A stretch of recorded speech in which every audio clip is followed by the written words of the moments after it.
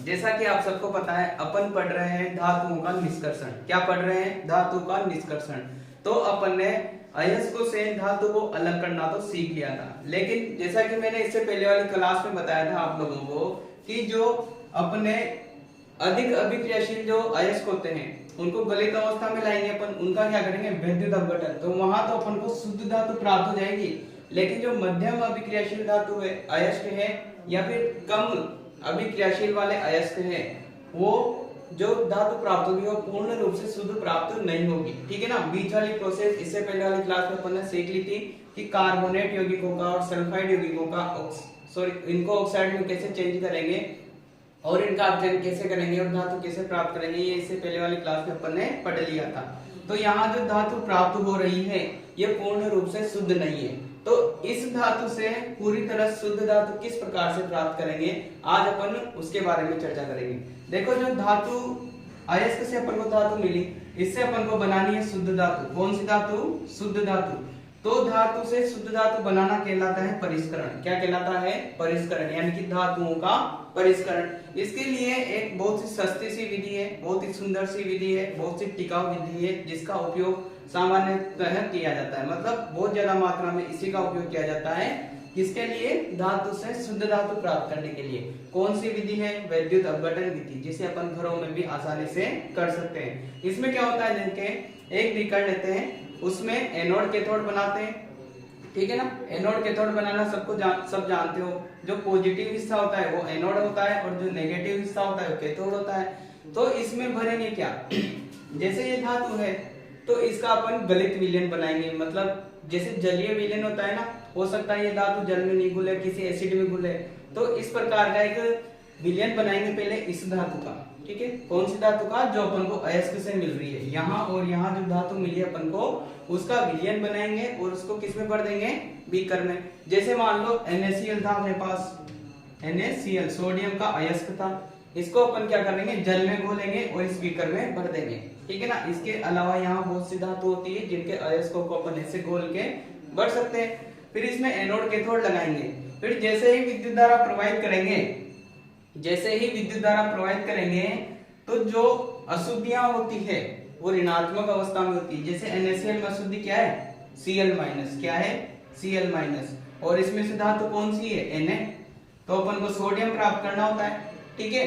तो जो Cl- है, क्योंकि यहाँ पर माइनस है तो किसकी तरफ भागेगी? प्लस की तरफ भागेगी, यानी कि एनोड की तरफ आएगी। यानी कि जो अशुद्धि है वो सारी कहाँ आ जाएगी? इस विलयन की सारी अशुद्धि एनोड के पास आ जाएगी और ये उदासीन होकर नीचे से बिखरने लग जाएगी। तो यहाँ अशुद्धि सारी कहाँ जमा हो जाती है? एनोड के नीचे जमा हो जाती है। इस अशुद्धि को बोला जाता है एनोड पंख। क्या बोला जाता है? एनोड पंख। और जितनी भी शुद्ध धातु होगी, जैसे सोडियम इसमें शुद्ध धातु है, मैं एक उदाहरण ले रहा हूँ NaCl का, उसमें शुद्ध धातु कौन सी है? सोडियम। तो कहां पर चली जाएगी? वो कैथोड के चारों तरफ चिपक जाएगी। ठीक है। इसलिए जब भी वैद्युत अपघटन करेंगे अपन, तो कैथोड की परत, जो कैथोड हिस्सा बनाया ना अपन ने, वो थोड़ा मोटा दिखाई देने लग जाता है। तो वो क्यों दिखाई देता है? क्योंकि वहां शुद्ध धातु आकर जमा हो गई है। ठीक है ना। जो भी कैथोड पर चिपकेगा वो क्या है? अपनी शुद्ध धातु है। और सारी अशुद्धि कहाँ जाएगी?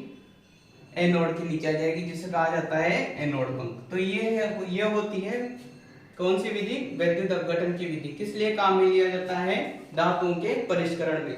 तो यहाँ जाकर अपना पूरा टॉपिक समाप्त होता है कि अयस्कों से धातुओं को किस प्रकार से प्राप्त करेंगे। तो अपन ने धातु यहाँ तक निकालना सीखा था, फिर धातु से शुद्ध धातु आज निकालना सीख लिया है। कौन सी विधि सीखी अपन ने? वैद्युत अपघटन विधि। किस प्रकार से करेंगे? एनोड कैथोड बनाकर उसमें विद्युत धारा प्रवाहित करेंगे, तो अपन को शुद्ध धातु कहाँ मिलेगी? कैथोड पर मिल जाएगी। ठीक है।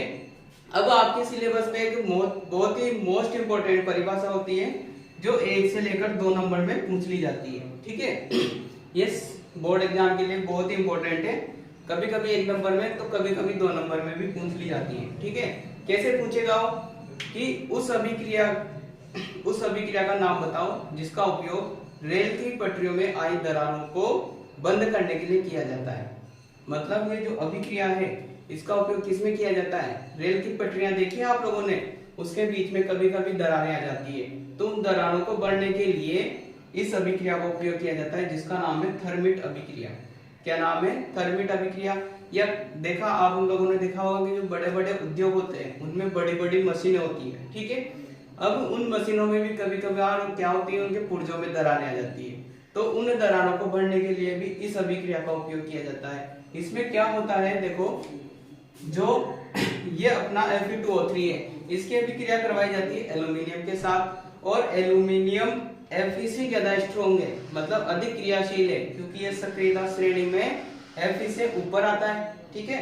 एल्यूमिनियम ऊपर आएगा तो ये क्या करेगा, यहाँ पर विस्थापन अभिक्रिया दर्शाएगा और एल्यूमिनियम जो है Fe को विस्थापित कर देगा, ठीक है। Fe को विस्थापित किया तो क्या बना लेगा, Al2O3 बना लेगा, बना लिया, और Fe अलग हो गया, ठीक है। विस्थापन अभिक्रिया यहाँ तक तो सबको समझ में आ गया होगा। लेकिन जब भी यह अभिक्रिया होगी बहुत ज्यादा मात्रा में उष्मा उत्सर्जित होती है, यानी कि अभिक्रिया कौन सी है, ऊष्माक्षेपी अभिक्रिया है। कौन सी अभिक्रिया है, ऊष्माक्षेपी, मतलब विस्थापन अभिक्रिया के साथ साथ कौन सी अभिक्रिया हो गई है, ऊष्माक्षेपी अभिक्रिया हो गई है। और इतनी मात्रा में उष्मा निकलेगी यहाँ पर, इतनी मात्रा में कि जो अपना जो ये लोहा है ना, ये भी पिघल जाता है और एक गलित अवस्था में आ जाता है। मतलब ये जो लोहा है यहाँ पर लिक्विड फॉर्म में आता है। कौन सी फॉर्म में, लिक्विड फॉर्म में। और जैसे ही इस अभिक्रिया को रेल की पटरी की दरार के बीच किया जाता है ना, तो ये लोहा पिघलकर उस दरार में जम जाता है, तो वो जो दरार आई हुई थी वो बंद हो जाती है, ठीक है। और लोहा क्यों पिघला, क्योंकि जैसे ये रिएक्शन करेंगे बहुत ज्यादा मात्रा में क्या होगी, उष्मा उत्सर्जित होगी। क्या होगी, उष्मा उत्सर्जित होगी, जिससे जो ये लोहा है ये गलित अवस्था में आ जाएगा, और जहां भी इसको जगह मिलेगी दरार के रूप में वहां जाकर जम जाएगा और दरार बंद हो जाएगी। तो इस अभिक्रिया को बोलते हैं थर्मिट अभिक्रिया, जिसका उपयोग किसमें किया जाता है, रेल की पटरियों में आई दरारों को बंद करने में, मशीनों के पुर्जों में आई दरारों को बंद करने में किया जाता है। तो बहुत ही इंपॉर्टेंट रिएक्शन है। आई होप आप सबको समझ में आई होगी। तो क्या नाम है इसका, थर्मिट अभिक्रिया। किस किस के बीच में की जाती है, देखो ये इस यौगिक को भी पूछ लिया जाता है। किसकी अभिक्रिया करवाई जाती है, Fe2O3 प्लस एल्यूमिनियम की, ठीक है। एल्यूमिनियम के साथ किसकी अभिक्रिया होती है, Fe2O3 की, ठीक है। तो आई होप आप सबको आज का टॉपिक समझ में आया होगा। फिर भी अगर आपको कोई डाउट है तो आप कमेंट बॉक्स में जरूर बताएं।